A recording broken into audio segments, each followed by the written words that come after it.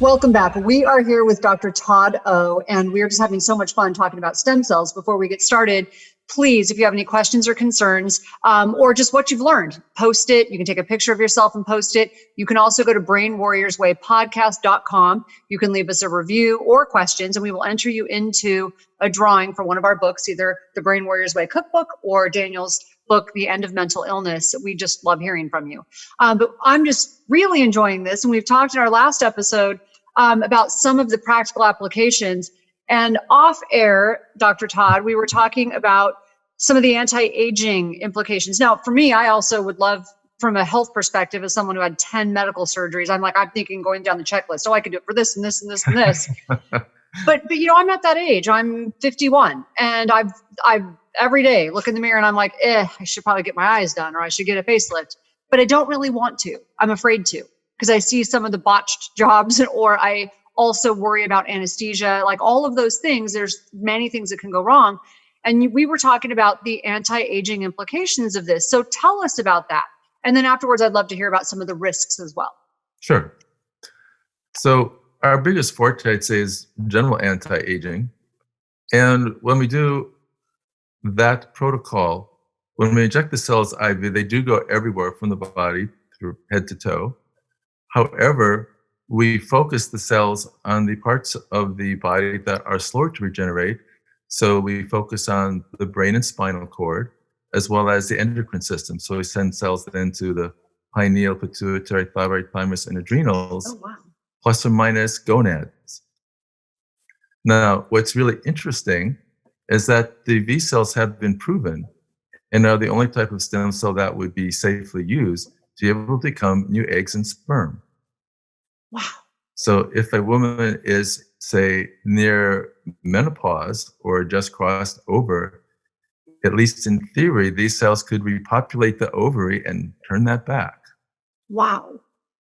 And there is work done in this area using a somewhat different protocol than ours, where the cells are actually injected intra-arterially into the ovarian arteries with improved fertility.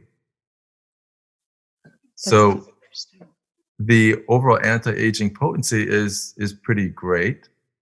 And the concept of photoacoustics is just like any other quantum physics. It's about probabilities. So when we say for anti-aging, direct the cells to the brain, spinal cord, and the endocrine system, the hormonal system, that the cells are circulating everywhere, and they do go everywhere. And they will tend to go more to parts of the body where there is an inflammatory process, because that attracts the cells there. Yet they will also be distributed. So there will be an anti-aging effect from head to toe, with an augmented effect where the signal has been given for the cells to increase the probability of going there. Wow. How many B cells do you think you're injecting? Because it sounds like you're not growing them. You're just isolating them. And do you have a sense of how many you're actually, what's the size of the army? Well, it's interesting. This is a controversial area, and the numbers kind of differ throughout the literature. In the work that we confirmed with my colleague in the UK and are about to publish, we're planning to submit this paper potentially as early as the end of this month. The numbers that we got were higher than are reported in the literature. So many of the articles will say the numbers are about 1,000 of these VSCLs per milliliter of blood. And when we did our process, what was different is that the cells were also photoacoustically awakened. So what we believe is happening is that we gave the cells a stimulus to express the markers typical of B cells, so that there are actually more cells recorded. In a typical 60 cc draw of blood, the approximate number is about 20 million cells. So you got it before the publication. And side effects? Are people having any side effects from this? The most common side effect, if you want to call it that, is that, and I'd say it's about 10 or 20% of people getting the procedure experience an increased need for rest. So it can feel like a mild flu. It can be a few days of being somewhat fatigued. It may last for a week or so. And we believe this is a so-called cytokine effect, that the new cells are releasing chemistry, growth and repair and regeneration factors that may put the body into a state of rest and repair. So some people experience that. Other people may actually feel more energized right away. And even if people have that fatigue feeling for a few days or a week, generally the energy recovers quite nicely and is higher than before.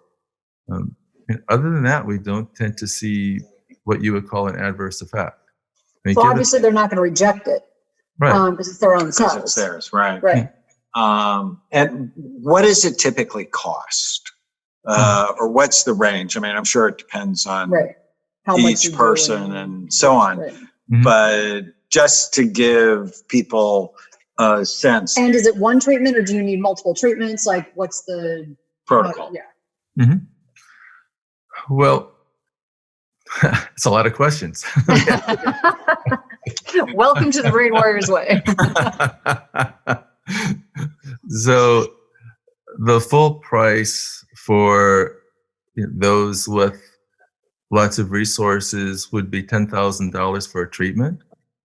And we adhere to a sliding scale concept, or it's actually called Reynolds rule, where those that can afford to pay the full price, in a sense, subsidize those that don't have the means to pay the full price.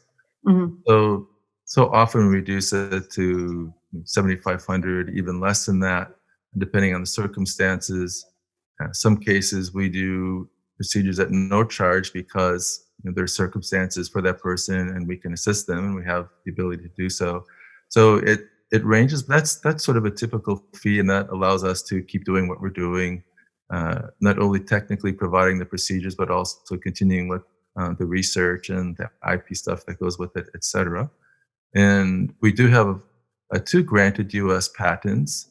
The most relevant is US 10-202-598B2, which describes localizing a stem cell in tissue by applying a laser from at least 2 directions. That's awesome. So it doesn't require, you don't have to do this like, it's not like you're going to come in and they're going to go, oh, we're going to sign you up for a package of 10. Or do they? Are there some people who want to keep doing it? What the key factor there is the individual variation in response. Okay, so that makes sense. Yeah. And probably our best example is what we've studied with heart failure, because there's such a clean, objective measure of the response with the cardiac ejection fraction. So a normal heart pumps out 50 to 65% of the blood when it's at rest. That's the so-called normal ejection fraction. Whereas severe end-stage heart failure, the ejection fraction is less than 30%. And in the study that we did in Armenia, which was 10 subjects, everybody improved, but the low end of improvement was a 15% increase in function. Wow. But the highest end was 115% increase in function. So 20% of the subjects with just one application improved to a nearly normal ejection fraction. So the answer is, because of so much individual variability, we usually do one application at a time and give it some time to express the full regeneration effect that particular application is going to have, and then decide if another one is required. Right. And when I think about the cost of someone who's had 10 medical surgeries and not been pretty sick at points, I've gone out of my way to do some different treatments to feel better. Concierge or, things that are not just mainstream, they're pricey. But feeling awful and not being able to work is pricier, and it's miserable. And cosmetic surgery is really pricey. So you kind of have to weigh it out. I mean, I don't want to minimize what the cost is for some people, but at the same time, what is the cost of feeling really good and productive and being healthy? Well, we're really grateful to help bring this information to people It's in our fascinating. community. We're going to follow your work closely over time. I'm going to follow it really closely.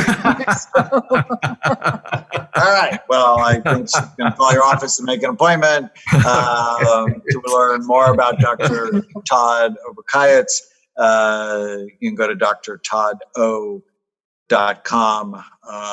We're really excited to bring you to the Brain Warriors Way podcast. If you learned anything, please write it down, take a picture of it, post it on any of your social media sites.